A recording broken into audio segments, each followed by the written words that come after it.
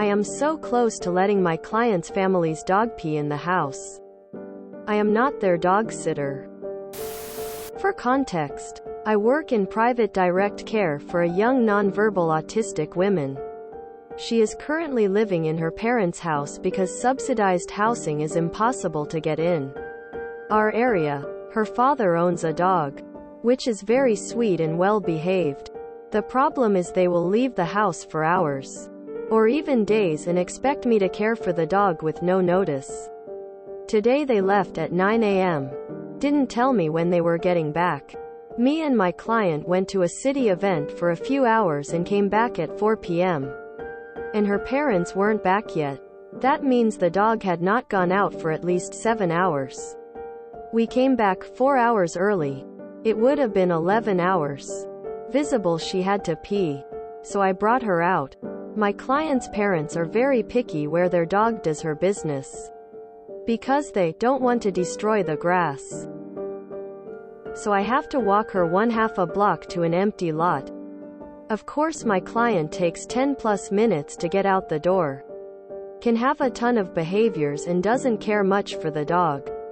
So I usually can't take my client with, which terrifies me leaving her in the house alone. I am extremely tempted to start to let the dog pee in the house, but I know holding their bladder so much can cause medical issues. Should I? They have done this dozens of times without compensating me. I am not their dog sitter. They can take care of their own damn dog. Edit. To clarify, my manager knows of this issue because a different coworker told her. I have talked to her about it briefly as well. She has talked to her parents about it. It got better and then worse again. So yes, I have talked to people about this.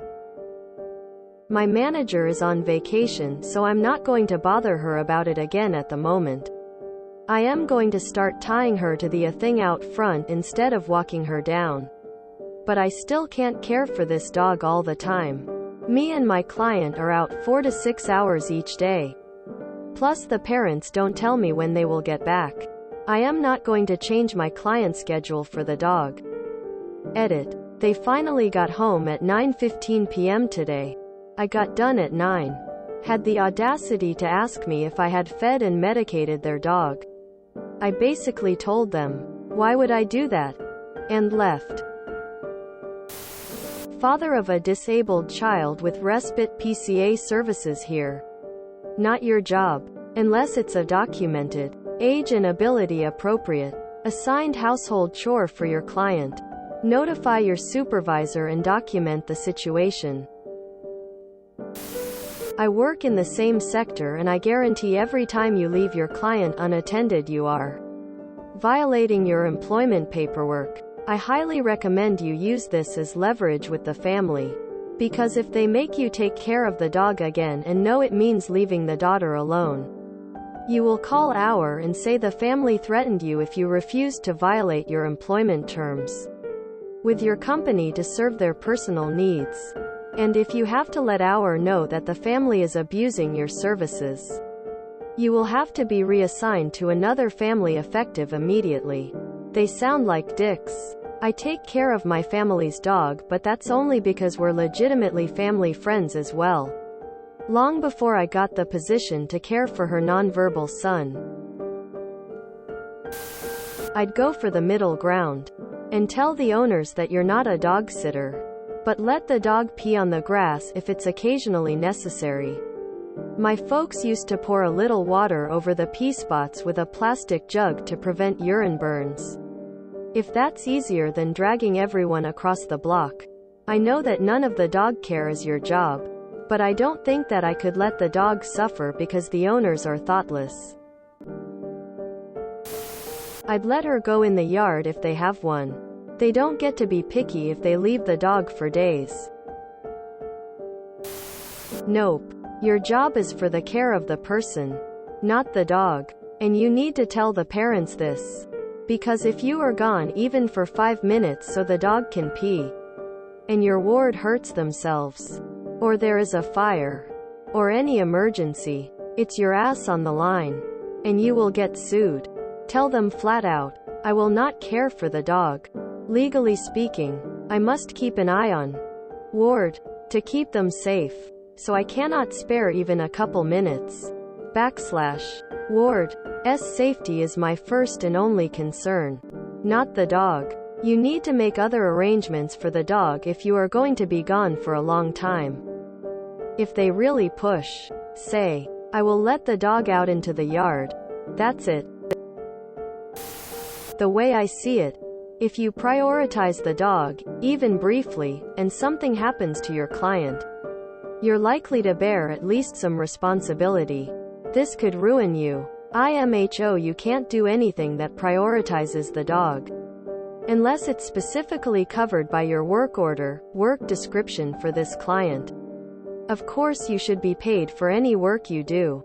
Are you employed by a government department, a private business, NGO, or directly by the family?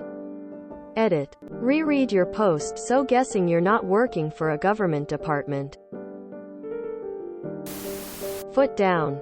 Right in their face. Stern. Firm. And perhaps with a hint of malice if they're the type that need it. I am not here for your dog. I am here for your daughter. If you do not take care of the dog yourself, it will not be taken care of at all. Spoken as someone who receives these sort of services. By the way, I live alone. I have a cat. I have dishes.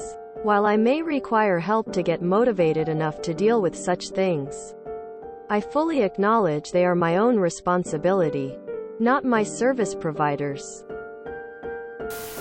Maybe just open the door to let the dog outside in the backyard. Call it high-quality fertilizer. I'd report them for animal cruelty, neglect. Take the dog out and let it pee on the grass. Are there animal protective services in your area? Sounds like this dog would be better off with a different family that will actually care for it. Especially if you've brought this issue up with the family and they're just ignoring you and the dog like this. I work in the same field you do, and have worked very similar, perhaps even the same job title, jobs as you have described. What I would do is politely make them aware of the problem and discuss the fact that you are there for their daughter, not their dog. Say that it is detrimental to the care you provide their daughter to have to drag everyone outside and down the block to walk their dog, which you should emphasize is outside of your scope of responsibilities. Make them aware that in the future, you will be opening the door to let the dog out in the yard, so you can continue to provide uninterrupted care. Don't ask them. Tell them. If they try to fight you on this, ask if they would prefer that you ignore the dog. Those are the only two options. I wasn't allowed to do any duties that were not directly related to my client. If they try to complain to your manager, so be it. Tell your manager that the whole process lowers your quality of care and that you tried to compromise with them. In the future, never do anything that is not directly for your client again. Not once. Let her. I'd pee too and blame the dog. Aim for their bed. You are not required to do this. Tell the parents directly and be firm. Your employer needs to be better at advocating for you. You shouldn't be carrying or holding anyone's baby. You are setting yourself up for trouble. My GF went through similar issues as a caretaker. She dealt with all types of abuse. I would suggest you not follow that example. Do your job and your job only.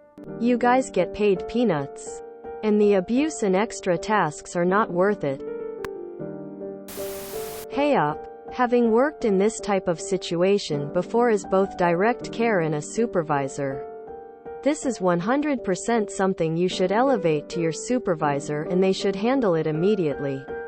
You should explain to your supervisor, in detail, what they are asking you to do and how it is incompatible with your job description of caring for your client. If your supervisor tries to suggest you make specific compromises, e.g., you can let the dog out into a specific part of the yard, you clean only dishes that you dirty, You can be left alone with the niece and your client for short periods of time.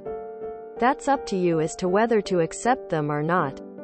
But any compromises you agree on with your supervisor should be documented, and your supervisor should communicate them to the family, not you. That's what your supervisor is paid to do. If your supervisor is worth their salt, they'll call, email, sit down with the family and explain exactly what you are there to do and not do. I would imagine this family could potentially lose their services if they do not abide by the rules. You say you work for a state agency, and I can almost guarantee that there are more people waiting for your services than the agency has funding and staff for. I know direct care workers get attached to their clients. But you're being paid to do a job, and it is not your responsibility to ensure your client qualifies for services. Nor is it your job to do tasks outside of your scope of services. If your client's family cannot understand and abide by the rules, then it's on them if they lose your services. Sounds like it's time to sit them down and have a clear talk about what exactly your job is. Set clear boundaries. They are treating you like a babysitter. You are not a babysitter. If they want those other things taken care of, they need to hire someone else for those tasks. Just let the dog pee on the lawn out front or back. Hey. So, as a person who had your job and seriously hurt herself caring for their client's dog, stop leaving your client to take the dog out. It's seriously dangerous for you.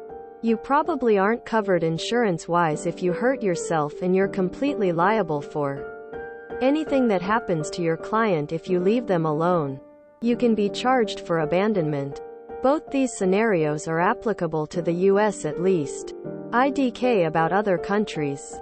If they get hurt on your watch and you aren't there to intervene, please, please, please, please, please do not leave the house without your client.